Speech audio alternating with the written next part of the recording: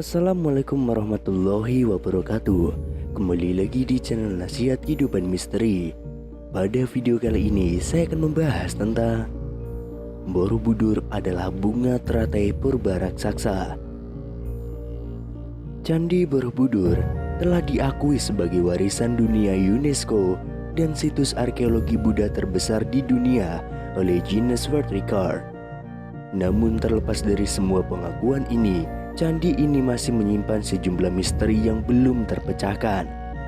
Candi Borobudur yang terletak di Kabupaten Magelang, Jawa Tengah ini selama berabad-abad terkubur di bawah gundukan tanah, menjadi serupa bukit penuh dengan semak belukar dan ditumbuhi pohon akibat letusan Gunung Merapi. Lantas pada tahun 1814, atas peran Gubernur Jenderal Britania Raya, Thomas Stamford Raffles, candi ini mulai menjadi perhatian pemerintah kolonial. Raffles jugalah yang pertama kali menuliskan nama Borobudur dalam bukunya History of Java. Borobudur memang masih banyak menyimpan misteri, seperti bagaimana cara membangunnya, dari mana asal batu tersebut, lalu bila batunya berasal dari Gunung Merapi, bagaimana cara membawanya, mengangkatnya, dan juga menyusunnya. Letak Borobudur yang juga tidak biasa berada di atas bukit yang dikelilingi oleh dua pasang gunung kembar, Sindoro Sumbing dan Merbabu Merapi. Padahal candi lain dibangun di tanah yang datar, juga menjadi teka-teki yang belum terjawab.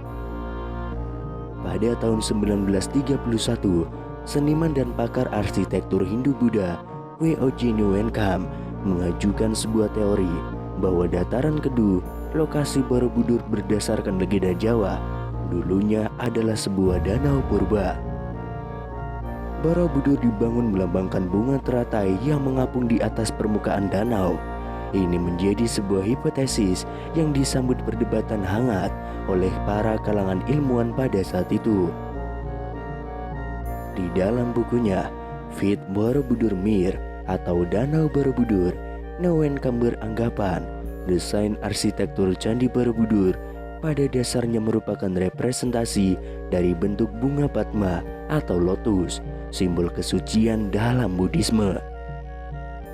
Desain bangunan ini diibaratkan menyerupai ceplok bunga teratai dengan daun dan bunganya mengelilingi bakal buah yang terletak di tengah-tengah kolam, tulis Nieuwenkamp. Pada awal tahun 1932, Nieuwenkamp kembali menulis opininya di jurnal Netherlands in the Oud and New. Dia mengatakan bahwa bangunan raksasa itu didirikan untuk melukiskan bunga teratai sebagai penghormatan atas Buddha Maitreya. Menurutnya secara mitologis, sosok ini dinarasikan lahir dari rahim bunga teratai. Borobudur ialah bangunan bunga teratai raksasa dari jutaan kubik batu andesit yang menyembul di tengah sebuah danau. Kemudian pada tahun 1937, dirinya kembali melakukan penelitian lanjutan dengan mempelajari topografi daerah di sekitar Candi Borobudur. Hasil penelitian ini pernah dimuat di harian Algemeen Handelsblad pada 2 Mei tahun 1937, lengkap dengan gambar peta dan juga daunnya. Dari rekonstruksi diandaikan Candi Mendu dan Candi Pawon yang berada pada garis lurus dengan Candi Borobudur berada di dataran dengan lokasi di tepian danau. Dari Candi Pawonlah, kata Nieuwenkamp, dapat diperoleh panorama Borobudur yang paling bagus.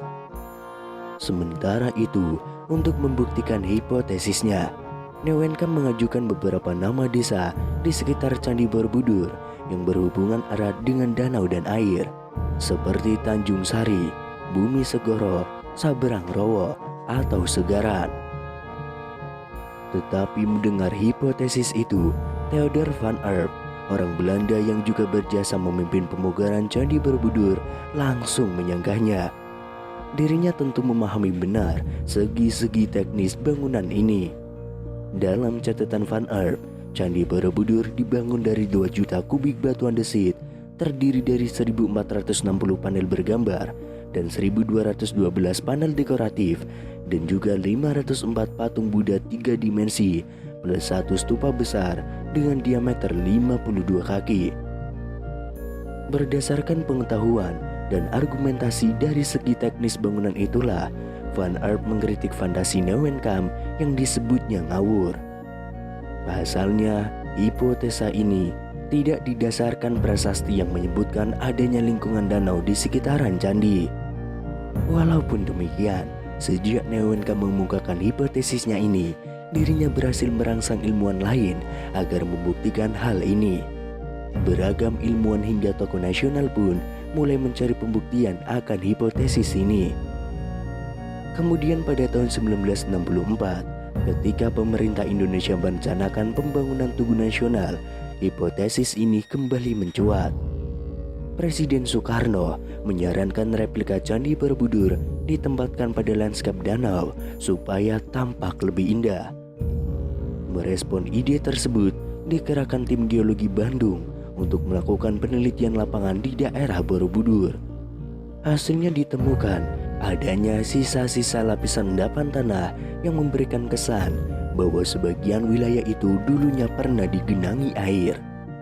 Namun keraguan itu kembali muncul setelah peneliti berkebangsaan India yakni Tanik Haimoni melakukan riset di kawasan Borobudur pada tahun 1983. Disebutkan bahwa dalam penelitian dengan pendekatan palinologi, ternyata Gagar menemukan serbuk sari tanaman air.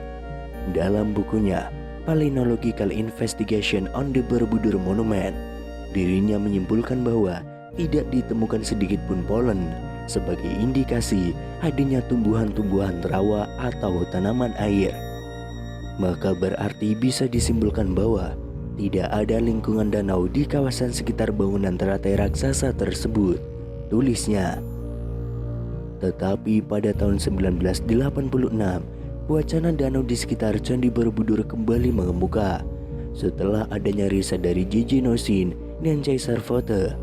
Mereka menggunakan observasi analisis geoformologi berdasarkan interpretasi foto udara plus observasi lapangan.